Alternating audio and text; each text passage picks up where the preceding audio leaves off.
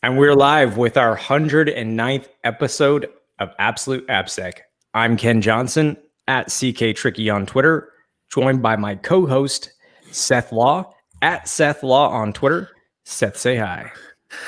Hey, everybody. Welcome back to another episode. Ken and I are flying duo. I guess I couldn't say solo, but yeah, we're flying a duo today. We don't have a guest. That's partly by design. As Ken and I start to dig into different topics and things like that, it's always interesting to have a discussion where it's not necessarily driven by a specific, I don't want to say agenda, because our guests aren't driving any sort of an agenda, but at least kind of review what's going on in the broader application security community, the other things that have popped up recently. And I mean, really just catch up, right? Ken and I we used to work together pretty closely, but over the last couple of years, he went to the Borg and we just don't get the same time as we once did. So as far as announcements go, there is the upcoming course for Black Hat Europe, the next level bug hunting course for secure code review. We don't necessarily have anything else on the schedule. I know we keep saying watch this space for an independent course. So Ken and I will be putting one on sometime this fall, just as a follow-up to provide the community in general with another resource, somewhere to go. And we'll try and do it online so that everybody gets a shot at it, right? Yeah, besides that, I mean, Ken, what else is going on in your world right now? Let's see. Besides BJJ, right?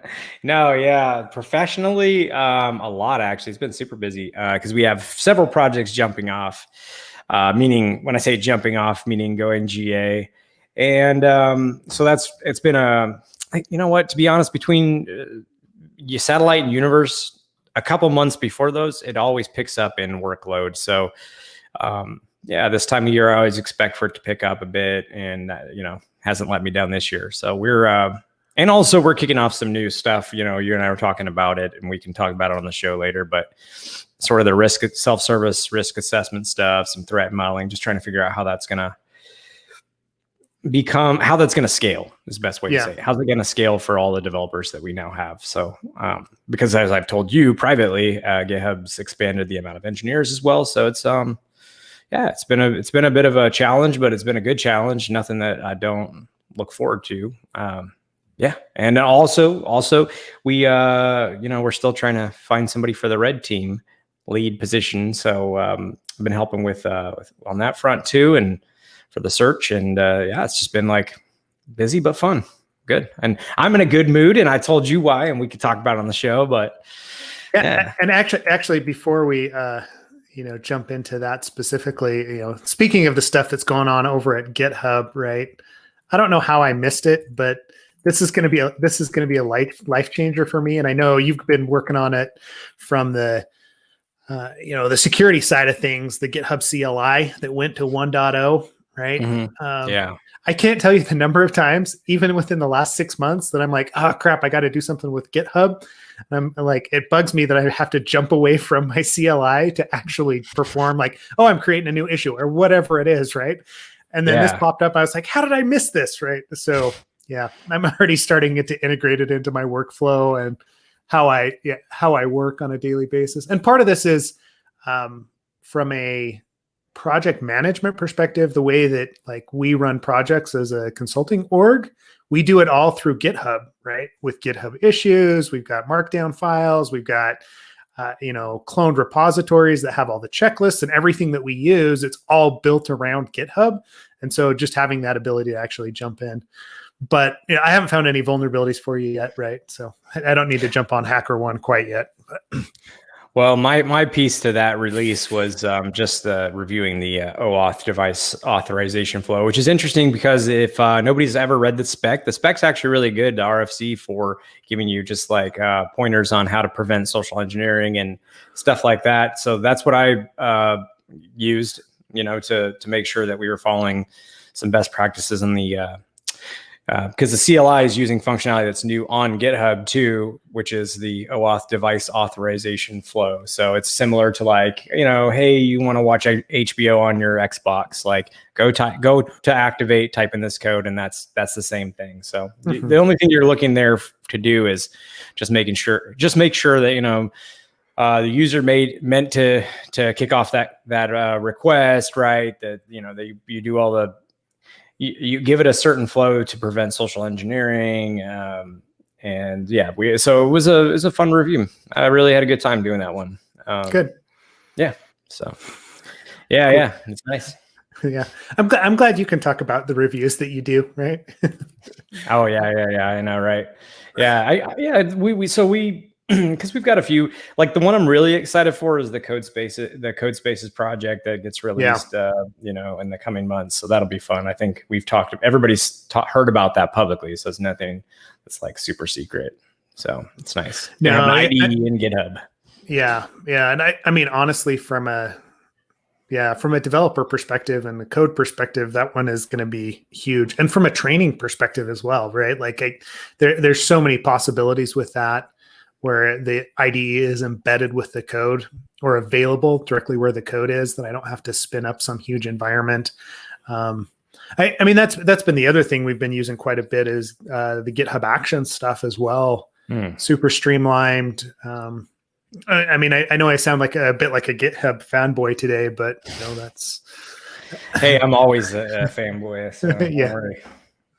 Yeah, no, that one. Yeah, so that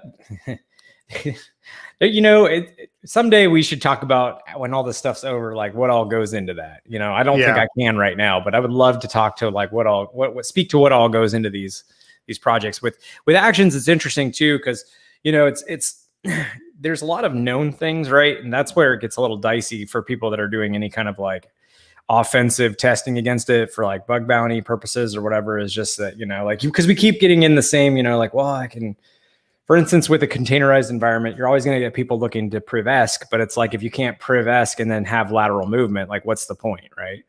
So you get a lot of that in and you're like, well, okay, we know it's part of our known stuff. And anyways, I could go on forever, but I won't. Turn it into a promo for the board. Yeah, exactly. But it's a lot of cool features coming, so be on the lookout for sure in the coming months. Yeah, I mean, and all of that just helps, overall from a security perspective, right? And I know there's a lot of things that go into it. I mean, one of the things I've been asked to do more and more recently, and I know you've been doing it on the GitHub side, is the whole threat modeling aspect. And trying to determine, like, train people how to do the threat modeling, but also actually performing them on systems that I'm not intimately familiar with, right? And it becomes a really interesting exercise to come in and look at something that you didn't build and attempt to figure out what people are going to go after it, right? I know from a secure code review perspective, when we talk threat modeling, it is very limited to kind of that space, right? It's scoped to, hey, this specific code space, this specific feature. When we start talking about some of these overarching systems, and then like other actors outside of, there's just the drive-by script kiddie or whatever, right? Like you start talking nation state actors, and this is going to lead directly into the main topic that we want to talk about today. But being able to influence people and like kind of nefarious purposes that we don't necessarily think about coming from the technical side of things. I don't know. It's a difficult process, and I'm coming around to the realization that it's more of an art than it is a defined like technical process. And I mean, the same thing could be said of penetration testing or of like application, like secure code reviews or whatever else. But at the very least, like having some sort of a checklist is, very helpful as far as figuring out, hey, this is what a code base does. Like these are the specific vulnerabilities that we know exist in code. Right? It feels much more technical. Whereas when you start talking about threat modeling, it's almost like pie in the sky, right? So like I'm interested, number one, and then we'll get to the social dilemma and like how algorithms actually like, we're creating algorithms that hack our own brains. But interesting. Yeah, but it feeds into this, right? From a threat model perspective, right? Because we're designing these huge applications, we're designing social media applications, but we never did like a realistic threat model of what people are going to use those for, right? So I want to go back just a few seconds ago when you called it an art. And I think this has become my understanding of what we do professionally. So whether it's giving training, whether it's doing secure code review, whether it's doing a dynamic assessment, or whether it's doing threat modeling, it's all an art. And like you mentioned jujitsu earlier, and it's like with jujitsu, you learn some specific techniques, but it takes years to be able to apply them correctly in the right scenarios and figure out like what things work for you better, what work best for your body and your game. And why I say that is it's a martial art, right? It's the same thing with reviewing code or doing a threat model. You can know all of the technical pieces, but it's how you apply those individual pieces that is your fingerprint. It's your art. So I 100% agree with you that it is absolutely an art. And I want to add that, and I think we should have Javine on this podcast, but I just, was meeting with Javine. I was telling you about this from Segment, talking about threat modeling, and I don't want to give away their secrets. And I think we should have him on to discuss it, but they're doing more of they're trying to go the self-service route, and the training is I told you about this private, but publicly, I'll just give out like the high level, but the way they explain it to their developers is, hey, we're going to have you walk through a threat model of like a scenario that is realistic to real life, not technical at all. I'm trying to not give away the way they did it, but it's not technical at all. It's very personal. Everybody can relate to it. And, that's how they did their training is they took away the technical aspects and they focused on what are the assets, right? What's the asset? What's the risk? How do you want to apply controls? Does it make sense on, a piece of property or I'm giving it away, but does it make sense to spend X amount of money, on something worth 3 times as less? It doesn't make sense, or 10 times as less. It doesn't. So they made it a very practical, realistic, very, very much a thing that everybody can understand. So if you can take something that's relatable like that and apply it to a technical, or give it a technical application, I think you're ahead of the curve. They did a great job. So I really want them on the podcast to talk about this. I'm going to reach out, actually. Yeah. I mean, that's an interesting way to apply it, right? Because, in our training, we talk about it all the time. The cost to benefit analysis as far as security controls go. And this has been a discussion for years, right? Like the cost breakdown of, does it make sense to spend $100 to secure a $10 asset, right? Right. And that goes in the physical world. That's the model that insurance companies are built around. So it it makes sense that people already think in those numbers, right? Or think in those terms. And I think we're geared as humans to think in that way. So, is it worth it for us to go work, right? Do I make enough money to cover whatever? Yeah. So it would be interesting. Like I would be interested to hear how that went, what sort of like feedback they had from the developers, and what they're seeing from a self-service perspective, how that's actually working out. Because that's always the big question for me with threat models is, that's one of the big questions is how the rubber hits the road, right? What is the output that you expect, right? Is it, actual mitigations? Is it findings? How are those communicated? When you give them to the developers, what actually happens with it? And then the other thing is, where are the blind spots? Right. And this goes back to our whole inclusion, like diversity and inclusion discussion. I feel like we're missing out from a application security perspective if the only people that we talk to when we do a threat model are the developers. Yeah. Right. I agree with that. Yeah, for sure. And a lot of places you need to talk to DB admins, the sysadmins, you need to talk to the project managers and product managers. It's the whole thing. It's a whole effort. Lots of input. And that's where it becomes very difficult to actually perform, because it's not this succinct, I only need input from one team or from one person. It's, I need input from, I need organization at large. And maybe I do need that third party to come in and take a look from an external perspective. Maybe I do need someone from a complete, like an insurance company, right? Like there's just different risks that every person takes into account. It's the same reason that our code reviews, like we sit down and have, a quick powwow on what are the risks that everybody sees with this, because everybody sees it differently. So. Yeah, for us, the desired output and result right now is just because we start this process in the very beginning of something being developed. Our ultimate goal is to have a well-designed architecture. So what I mean by that is, it's, for instance, like,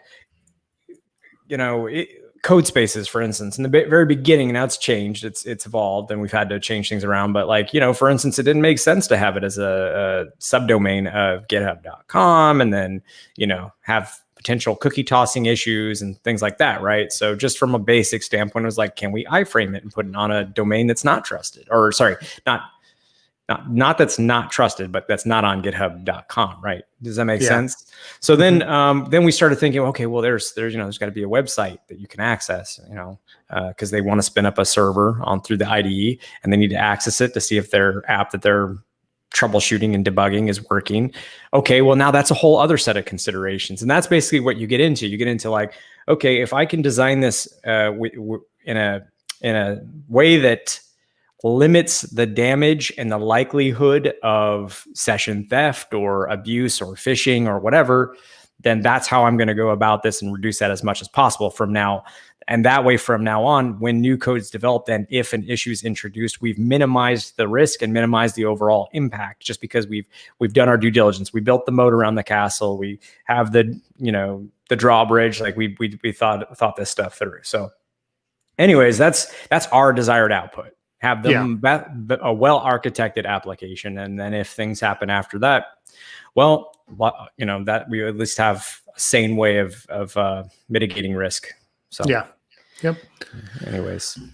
Well, that's the whole like cost to benefit analysis again, right? Like you can always spend more money on security controls than the asset's worth. And it's easy enough to spin out a control on any one of those risks, right? To overstate the risk of, say, an external attacker or a malicious user.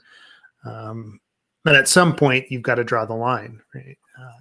And that's going to be so dependent on the organization as far as what their risk appetite is. So. Yeah, and like one thing I've learned, even having done this as many years as I have, this is still a new lesson to me recently, was like, hey, just have backup plans, backup design plans, because what ends up happening is that as you come out with so we did a threat model, whatever, we've got our idea of what we want to build.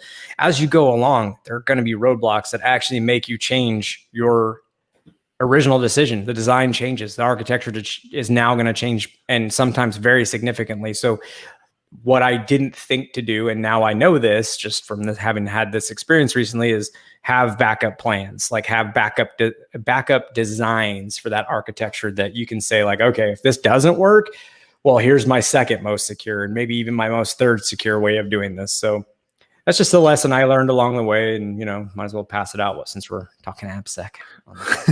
Yeah. Well, and I mean, it goes to, I mean, most architecture, right? Like security architecture reviews, or like when you do a design, like you build an architecture, it's a pie in the sky type thing. It's usually not the end. It's really not the end architecture or implementation, I guess, because things change, like technology doesn't work as expected, or new technology comes out. Any architecture or threat model document should probably be a living document, right? You've got to revisit that anytime things change. Again, something I didn't know. I found that out yesterday, that this is ideally a twice a year, ideally at least a minimum of twice a year, and I didn't even know that. Like, I thought, I was thinking about it more in like the original process. I didn't think of it as a living document over time that you should continually update. I just didn't think that, that's maybe my shortcoming, but again, still learning. No, I don't think it is, right? Because I think that's the constant.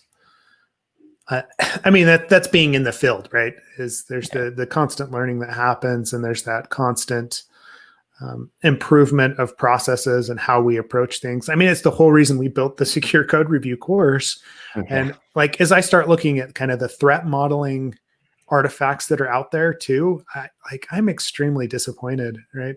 Like, as much talking as we've done about it, it is, and I realize it's an art, and I realize that it's going to be different from organization to organization.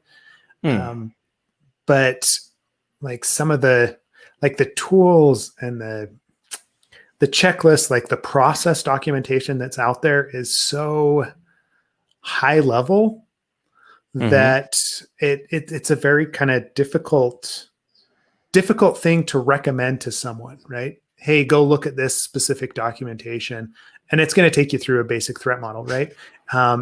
Nothing does that, right? No, it's very much it doesn't work that way.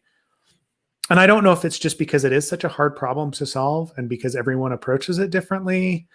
I don't know, like, so part of me is on a warpath or whatever you want to call it to put something together and, maybe put it out. We'll see. Anyway, that's it. Yeah.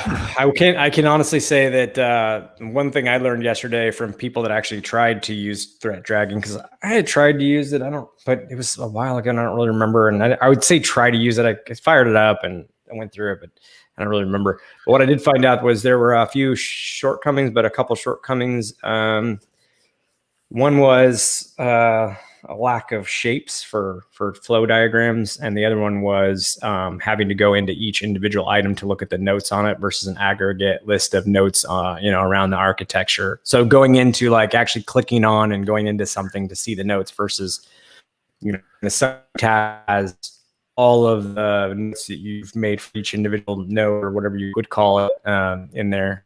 So, yeah. I mean, this is not me saying that. I'm relaying information I found. I found out a lot of information the last few weeks about like the newest ways to do threat modeling and the way people are doing this at other companies. And it's fun. It's actually fun to kind of, it's fun to learn, it's fun to be doing this for 12 years and then still be learning stuff. That's amazing. Like that's what's good about this field. Yeah, it really is. And I don't know. I like one of the things that you start talking about the diagrams that you build and the, building out a data flow diagram with trust boundaries and everything like that, and trying to model something like that in plant UML. Like I still have not found anything that does as well as a whiteboard, right? Like I know nothing. Yeah, which is why I have this glorious whiteboard no one can see. Yeah, exactly. Or my desk that's taking 2.5 years to get here. What's that? Yeah. No, but it totally is, right? Like visualizing what's going on with an application and being able to distill that down to recognize threat. I just have never found anything better. That's all. Yeah. Whiteboard, paper, pen and paper, and you go to town. Actually looking for recommendations because we're like, what do we use? Visio, Yeah.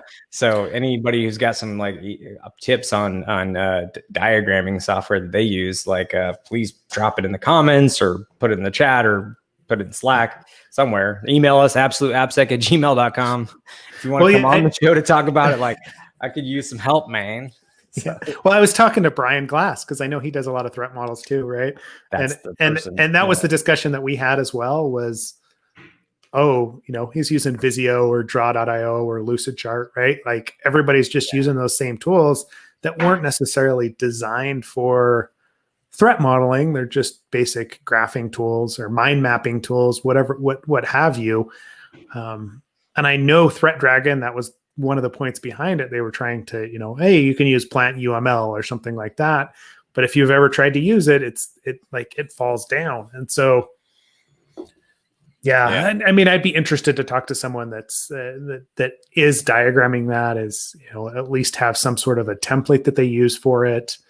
Yeah. And that's not to say don't use Thread Dragon. That's to say, if you can and you have the time, please contribute to Thread Dragon so we can all benefit. Yeah. So yeah. Yep, for sure. Cool. All right. Well, that brings us to the social dilemma.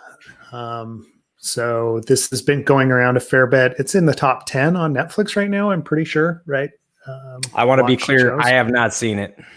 Oh, man. And honestly, I just saw it last night. I just watched it based on recommendations, funny enough, from my teenage daughter. She saw it at Sundance this last year, right? Her and a group went to they went to a showing and then a screening, and then they had a Q&A with the director and some of the people that are in it afterwards. So yeah, where to start with the social dilemma? If you haven't heard about it, it's a documentary that talks about social networks and how they're built, and the algorithms that, like the AI algorithms behind the scenes, that are tuned to keep people engaged with the platform so that the company can make money. Right? They do that? No, they do that. I know. No, I just want to take a pause real quick to just say the weird timing around all this, because over the weekend and yesterday, I was telling you I had removed from my phone 4 apps: Facebook Messenger, Facebook, Twitter, and LinkedIn. Because on Saturday, what I did, I don't think I gave you the whole story though. On Saturday, I went to like a barbecue at a friend's house. Well, small gathering. Please don't be mad at me, people. Anyways, we went there. We were outside. We were hanging out, and but I was really irritable, man. I couldn't pin it down, and I had been for weeks, like super irritable, and it was just getting worse. And I was getting really bummed out about humanity and all this stuff. And I'm like why? And I realized that every I am addicted to my phone. I am. Yep. I kept checking it even when it didn't make sense. When I removed those apps the first day, even the second day, I kept going back to my phone, looking for an app that no longer exists just to check it. And anyways, I'm on day 3 now, day 3 or 4 of no phone. I guess Sunday I took it, Saturday night. So Sunday, Monday, so 3rd day. And I feel great, man. I feel clear. I feel good. I feel like my positivity and energy level and focus and productivity is all just gone through the roof. Everything's way better. Anyways, that's where I'm coming from. And then you said, hey, I just watched this Netflix documentary called The Social Dilemma. Yeah. So, yeah. Yeah.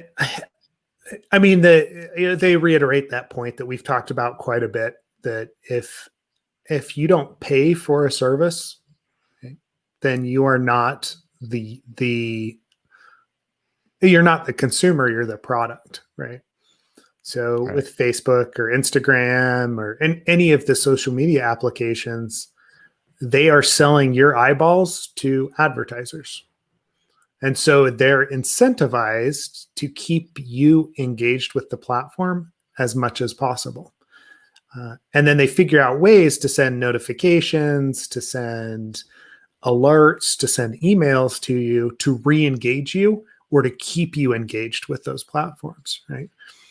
And I started thinking about, because I'm the same way, right? There's multiple apps on my phone that, at one point it wasn't as bad. And part of this is probably has to do with election year and everything else that's going on, right? COVID and, feeling isolated as it is, but I could definitely have noticed an uptick in my usage of those apps during times when I'm like, there's nothing else to do. But then when I get back into quasi normal life, it's very difficult to turn that back off, right? It's just, Yes. especially if you have notifications that pop up, especially if you have, certain interests or certain people that you interact with on those different platforms. And that's where I'm starting to realize that, yeah, I mean, even being a technologist and understanding how those algorithms are written and what they're trying to do, that we're still susceptible to it. One of the guys that they have on the Social Dilemma, or one of the guys that they interview, was like the president of Pinterest, right? And he had this whole discussion where he's like working all day long, and then he goes home and he realizes, again, like you were saying, he's irritable, and he's checking his phone he's checking Pinterest at home as he's walking to like in to change his shoes or whatever else, right? And there's no reason that he needs to do that from a work perspective. It's just that he's geared that algorithm, or the team has, so well that no one is immune to it. And this goes back to the whole A/B testing that they do constantly as well, right? They're improving those algorithms. And so every time that you scroll through your feed, you're being A/B tested as far as, okay, what is it that I'm going to click on, right? So if I click on something, related to, me personally, like related to a soccer team that I like, right? Right. It's more likely to show up next time and to be A/B tested. Like they're constantly treating you like a rat, right? That's running through a maze to keep you inside the maze. Facebook admitted years ago that they ran a huge experiment on a large portion of the population. And I had read that, I don't know, I read this article a while ago, but I think it's from years ago. We're talking like that it was disclosed that Facebook had been running these social like psychology tests on the population through Facebook to see how people would react. And they would, it was actually literally like, can we influence people's emotions? And they can, and they did with me 100%. Like, here's an interesting thing I noticed when I stopped.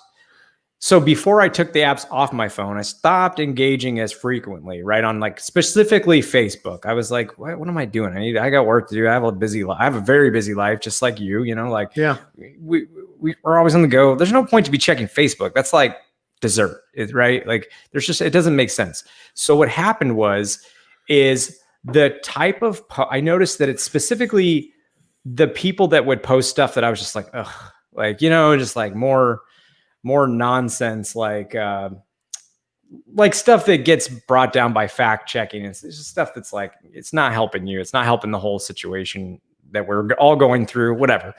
What would happen is Facebook would actually say, okay, you haven't been on our platform for a while. Let me send you a notification that person whose post you don't want to see, that another person commented on that post, on that person's last post. Yep. And I'm like, what? Like, but then I go and look at it and I'm like, what am I doing? Like, I know this is wrong. I know this is stupid. I know I'm being controlled. Like, and not like, I don't think I don't know if it's necessarily nefarious. It's just a really well-built set of technology that, determines like how to get you back on there. Then for me, it's like, this person posts a bunch of BS, but I have to go look now because you gave me a little notification, and it's probably an argument that I'm interested in. And then it just like brings down my whole mood. And it was just repeatedly happening, and it was just interfering with everything. And I think it's a virus. I think it's just as bad as sugar, to the population, right? Well, and they talk in the documentary about how they're appealing to like your brainstem and those those baser emotions that you have, right? So when you post something and you get likes, you get the dopamine hit. When you see something that outrages you, then you're more likely to click and to read it. And then it tunes to that. So it's not only that it's appealing to our divisive nature, but it's also dividing us, right? From a democratic institution perspective, it's othering, from a political perspective, right? Like blue versus red, or Democrat versus Republican, right? Both sides are demonizing the other side, based on the news that they get, based on the articles that are there. And it's not necessarily the issue that I have is it's not necessarily the AI's fault, because we've trained the AI to be like, this is the outcome that we want, right? The company wants to be able to monetize people's time and eyeballs on the site. The only way for them to make money is to advertise. So that's what they're doing. And the more time that they can get you to spend, the better off they're going to be. So when something like QAnon pops up that a lot of people click on, it gets shared quickly because the algorithm sees it as a way to keep people engaged on the site. And it works brutally efficiently. It is. It's brutal in its efficiency. It's like, yeah, I mean, I've seen people who have, we're not talking friends, but I've seen that too. I've seen people during this whole pandemic lose family that will no longer talk to them because of arguments over this stuff. And it's like, you know, what's funny is when I go around like day to day out, when I just walk outside the door and interact, people are not like they're being portrayed. Like, you know, that's not how real interaction occurs. But on social media, of course, it's a different dynamic, and the AI or the machine, technology behind the scenes is trying to keep us engaged through any means necessary. And yeah, the best thing I can tell you, it's a little inconvenient at times, meaning that like, but that's a good thing. It's a little inconvenient at times, because I might want to, like yesterday, I wanted to send somebody something on Messenger and I wasn't at the house. And I was like, I don't even know my login. I have it stored in a password manager. So I had to go to my physical laptop. And then I was like, maybe that's a good thing. None of that, because the thing I was sending wasn't time sensitive. It wasn't important. It was just like I said earlier, it's a dessert. It's a cherry on top. It doesn't really matter. It can wait till later. I can go to my laptop and, visit the site if I need to. So for what it's worth, after 3 days of being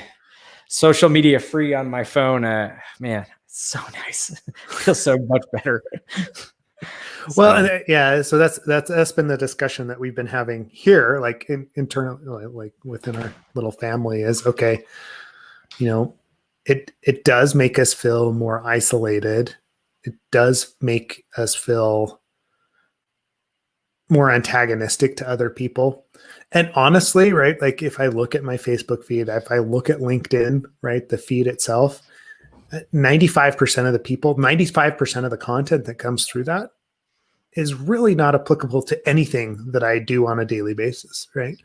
It's people that I have known at some point, but it's not people that I have regular interactions with. And then the only thing it posts from those people is stuff that either I agree with or either pisses me off, right? Like those are the two like main things. And so like I have this very skewed view of what people actually care about. Right. Like it's not necessarily just like the travel pictures or whatever else that people are posting. It's the content that's driving me to interact with it. And so, it's crazy. So, and this is what it goes back to is, all right. So even if we regulate the social media sites, they still gain money from it. Right. And the AI is constantly going to, change your feed. Neil brings up that good point. I posted for a second that, chronological, non-filtered timelines only, please, right? That's what Facebook and Twitter were initially, but they wanted to increase engagement, and hence those AI systems were born. Well, actually, he mentions a Tweetbot, and I think it was either Neil or Patrick or both on one of our team trips that had recommended Tweetbot for the purpose of the chronological sort of order that it shows, and that's been somewhat helpful for sure. The only problem is that I follow too many people, and I don't really. And actually, on that note, this is something I don't think we've talked about or I've said to you, but one thing I realized was that we did talk about this a little bit. Like Twitter used to be where we used to go. When I say used to, like the heyday of when I got the most usefulness from and it what really was for a technical, for like blogs that people wrote, code that they released, for videos they put on YouTube, whatever technical stuff that they used to put on Twitter. It was really helpful between maybe 20 2013, and like 2016. I found it really helpful. What I've seen though is a shift to Slack. So like, and it's a little unmanageable because you have so many Slack workspaces, but I have noticed I'm really actually getting that same sort of content I was looking for, not on Twitter anymore, because now Twitter is just about like, I don't know, whatever, how woke you want to be, bro. Yeah. You know, that's like, all right, cool, great. Like not there's anything wrong with, you know, but hey, it's not really why I went to Twitter for. So now I'm going to Slack, and I think Slack's a better platform or at least has been in my experience for getting technical information, which I still need. Like I get that everybody wants to talk about other stuff, totally fine. And if that's what Twitter's become, fine. Twitter can sit over there and people can have those conversations on there. Probably I won't be visiting it very often. They're just to put out like that we're doing this podcast or something like that, and just kind of stick to the Slack. And I think this is what I'm trying to get to. The reason I think is that with Slack, it's more conversational for one. For two, usually I'm in Slack workspaces with people I relatively know, right? Like even if I've never met them in person from the internet, like we've talked, you know, I've seen at least their face. I kind of know who they are. So it's a more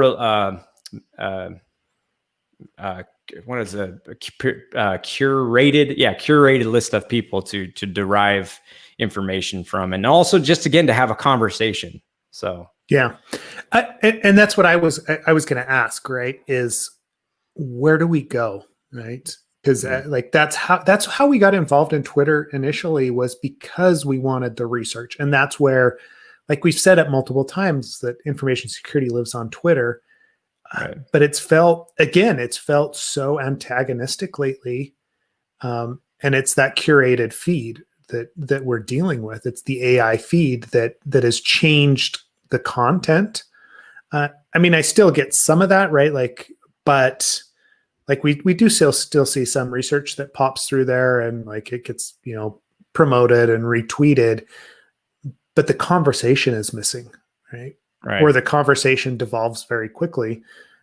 And I would very quickly. And so I would agree that Slack, like the smaller communities, that's what it feels like, right? We're starting to build these smaller communities to give us that same sort of feedback that we had in the early days of Twitter, in the early days of Facebook, where it was, hey, it's my immediate network. And then maybe people, you know, one or two steps outside of that.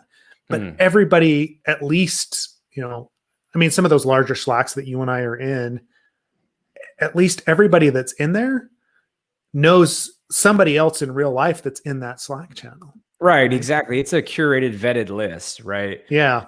So whereas, and that actually provides a little bit more safety, I would hope anyways. I don't know. I'm just talking. I mean, maybe I'm wrong, but I feel like with a curated list inside your workspace, that you have less of a situation where it's like some scumbag, like, let me slide into this dude or duet's DMs and like start sending them illicit stuff. You don't have less of that on a workspace. On a workspace, it's like, well, no, like if you did that, boop, you're kicked. I mean, I know a few Slacks, like no tolerance for that whatsoever. So it's like, or few Slack workspaces. So yeah, maybe that curated list also helps protect against that kind of scumbaggery you see on, you know, or at least you hear about tangentially.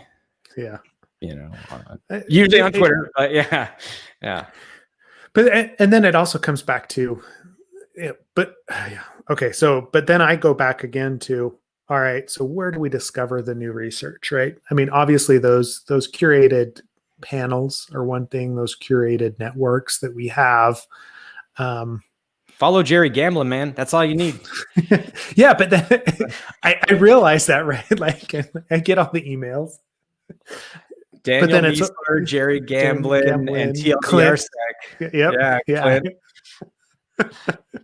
And Absolute AppSec, right? Yeah. We just put out a podcast. Yeah. I've also been watching Tanya's Dev Slop, and she's had a few guests on that were really, really good too. So that's been helpful as well. Like I caught one, I think I saw it over the weekend. It was pretty good. So, but yeah, it's a very small pool at this point where I'm getting my information from. So, yeah, but that's not necessarily true, because going back to Slack, again, we get so much information, but it's not disseminated. It's like, because then you have a problem of, well, then you have to be like on the in crowd, or not in crowd, but in that crowd, in that circle to get that information, which is also problematic. So. Yeah, because we don't want to gatekeep that stuff, right? Like, you don't want to do that. We want to share it. I mean, that's why people follow Jerry, is, he puts all that out there and what he finds interesting, what's going on in the industry. It's some good stuff. But then, Twitter uses that to pull you back in, right? Again. Yeah, they do. Hey, quick question. So for that social dilemma, was it, besides mental health aspects, were there other things like espionage, or not? Well, I guess that'd be, but like, foreign interference. Did they talk about any of that? Yeah. They talk about how Facebook and the other sites, they didn't consider the ramifications of how it could be used by an authoritarian regime, right? That A/B testing and actual propaganda that gets pushed through those channels. I mean, they're very cagey about it when, Zuckerberg goes to to Congress. He doesn't want to admit that his site is influencing the election one way or the other, right? No. But it can be used by those that want to target, like, again, advertisers that want to target specific characteristics and specific people to do, X, Y, and Z. So they call it Myanmar. They call it a couple of different, real social, problems and real world problems that have popped up over the last couple of years because of the way those algorithms treat things and because of what people see in their feeds. So it's not just the moods of people, but they do talk about how teens and preteens that have grown up with social media are overall more likely to injure themselves, right? To do something that's self-harm. Suicide rates have gone up exponentially in both of those categories because they're not getting normal social interactions. Everything is through this lens of everyone's perfect, right? So there's that whole aspect. And then on top of that, the controlling what people think aspect and what people see. When you say everyone's perfect, are you talking about like Instagram filters and okay. So I'm gonna take this picture at just the right angle to get to make me look cool. Because we all present that, right? Right. If we're in a small group, we kind of get to know each other, face to face. We understand that people are people and we have our flaws, and everyone is a human, right? But then you go on to social media, and the people that you follow, Instagram, popular Instagram accounts, they put out the perfect image, right? And so everyone tries to also put out that perfect image, and it becomes this, well, if I have a flaw, then maybe I am not a worthy human, or whatever you want to call it, right? I do feel like this is the same argument as when they had, models on the cover of magazines, and they're like, this is presenting an unrealistic image to young women of how they're supposed to, look. And then you had eating disorders, and they would blame the cover of the, or that projection of, and I don't know if that's wrong, right? What do I know? I'm an AppSec person, not a psychology major, but okay, but think about it, right? Think about the research that we review. Think about the stuff that we interact with, right? Mm-hmm. Someone calling. Do you know where that phone's coming from? That ringing's coming from? You look so confused. I am. I think it's because is this you? Because none of my stuff is turned on. It's my son does FaceTime with someone for school, and I'm pretty sure they're calling his iPad that's in my room for a specific reason, because I don't want him on YouTube for kids.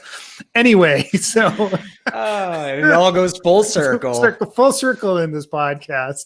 Amazing. Sorry, That's what were you awesome. asking? I'm completely distracted now. No, just it feels like the same argument that was made, and I don't know if it's true or not. I mean, probably there's some merit to it, which is that back in the day, when we were reading magazines and not the internet, that it gave young people would say that it gave young girls, especially young girls, because of the way they portrayed an unrealistic, with Photoshop or I guess back then, whatever they used back, I don't know, like the right makeup or whatever, just provide and lighting. And he's gone. He's gone. He left me. But it just gives them an unrealistic image of what you're supposed to look. So they can get it. So yes. So I want to go back to this for a minute too, because you're like, oh well, it's just like I'm an AppSec, so what do I know? Right.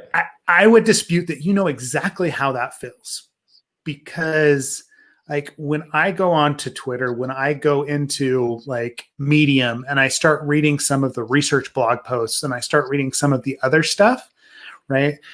It goes back to like my imposter syndrome, right? Completely. Oh, yeah, I guess that's because true. The only thing that's represented there is, hey, here's the end results.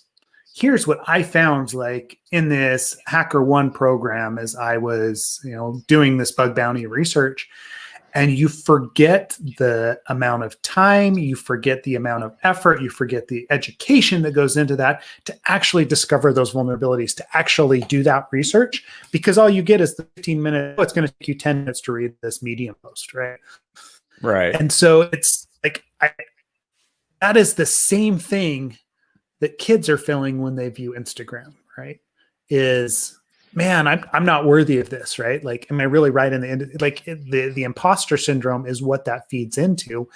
And even though that research is good, at times it is very just like, what did I say the other day when we were chatting about like Twitter, and like, I'm like, man, there's so much like holier than thou stuff that comes through there, right? That's the tone that I get is, oh, right. Like, look at how great I am that I did X, Y, and Z. And I'm sorry if we give out that same sort of, mood. I know, whatever, I don't right? anymore. Yeah.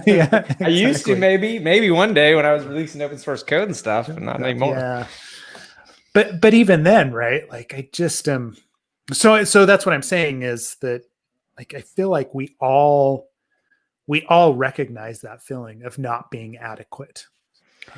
Yeah, but I just said earlier, like 12 years in the industry and I'm still learning, it's still like there's stuff I don't know that I'm like, oh, I probably should know that. But there's just, this is the other thing too, because somebody who was new to it was asking me, oh yeah, actually. So one of our students from, was our student in Australia, but like now is like buddy talk on the internet. It's really nice. Yeah. That's a really nice thing about what we do is we get to meet people all over the world and keep in contact.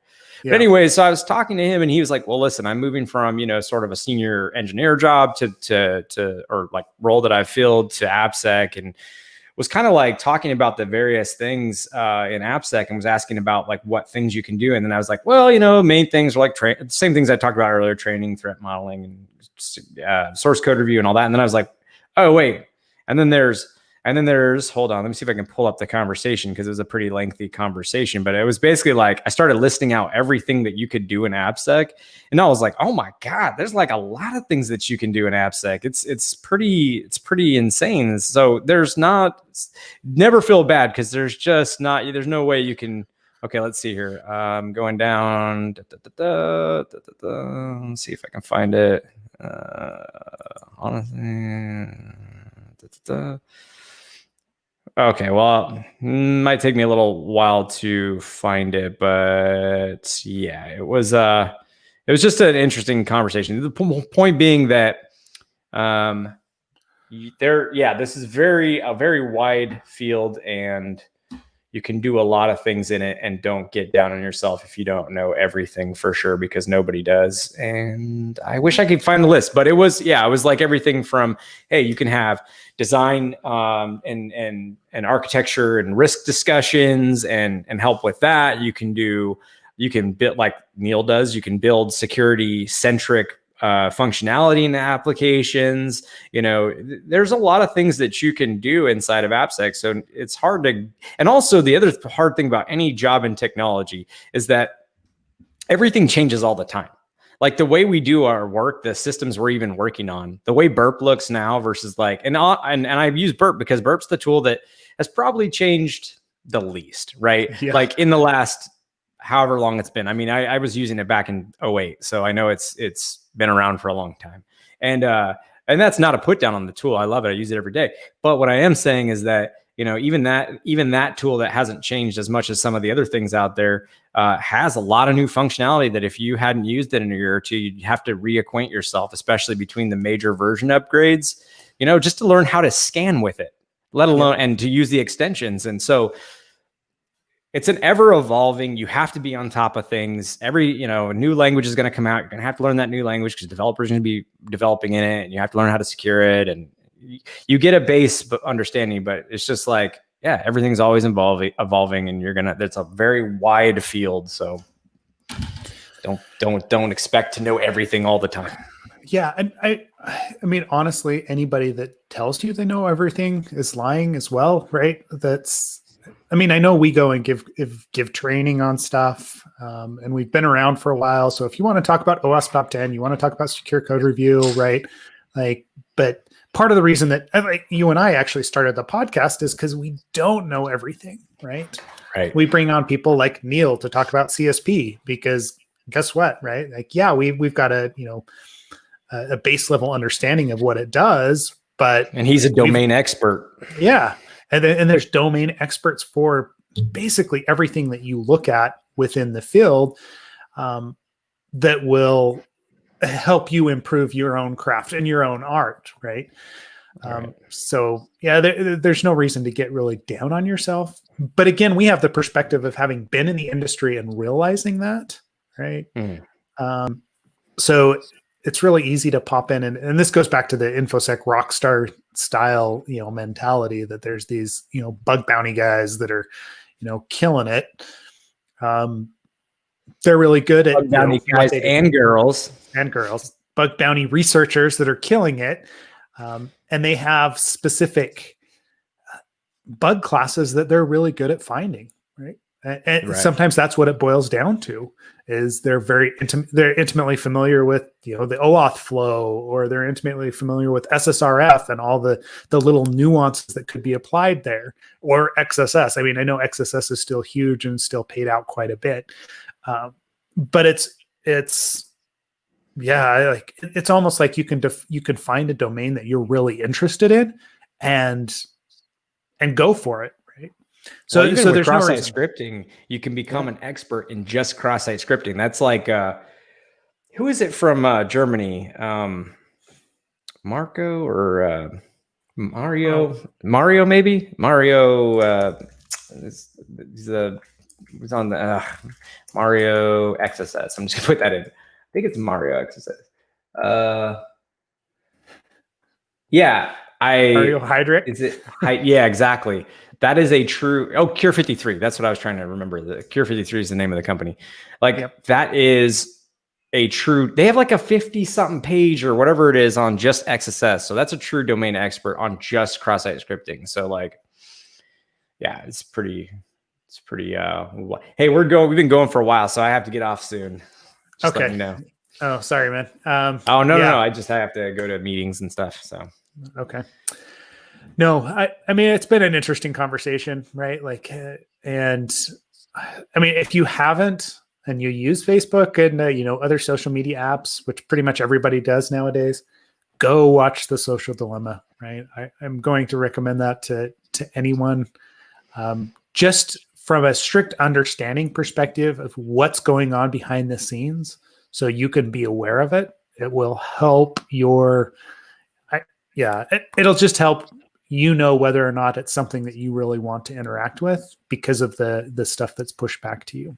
So I will watch it, but I first have to finish Raised by Wolves on HBO, which is a fantastic. I've been loving it. It's super cool. It's sci-fi, futuristic. You'd love it. You should check it out. It's also got the Travis from from Vikings, the show Vikings.